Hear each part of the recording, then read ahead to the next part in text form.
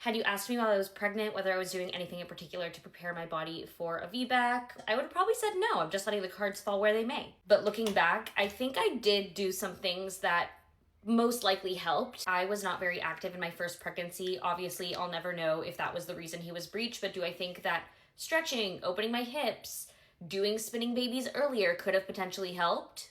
Yeah, I do. This time around, I started PT in the second trimester, and I only really did it for maybe like 2 months.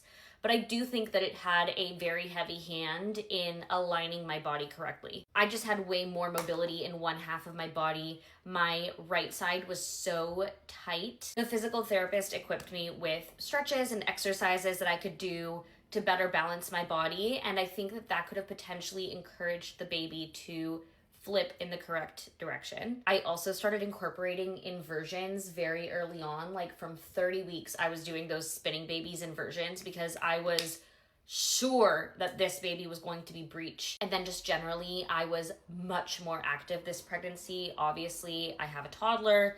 I was chasing him around. We're going out on the weekends, going to Disneyland, like just living our normal lives. So even though I wanted to be a couch potato, I couldn't. Even though I wasn't necessarily working out intentionally, I wasn't going to Pilates classes or doing anything like that, I was very much moving and grooving. When it comes to preparing myself for birth, like mentally, I honestly didn't think too much about it because I didn't want to be so disappointed if it didn't come to fruition. So I just tried to be very positive about both potential outcomes and focus on what I could control, which is basically my mentality. Obviously, as we got closer to the end, I got very stressed and anxious about birth and what the outcome would be. I know it's so much easier said than done, but so much of this stuff really isn't in our control. But those were the 3 big things that I did differently this pregnancy as compared to last. It was physical therapy, being a little bit more active generally, and starting those inversions just a little bit earlier on so that I'm not like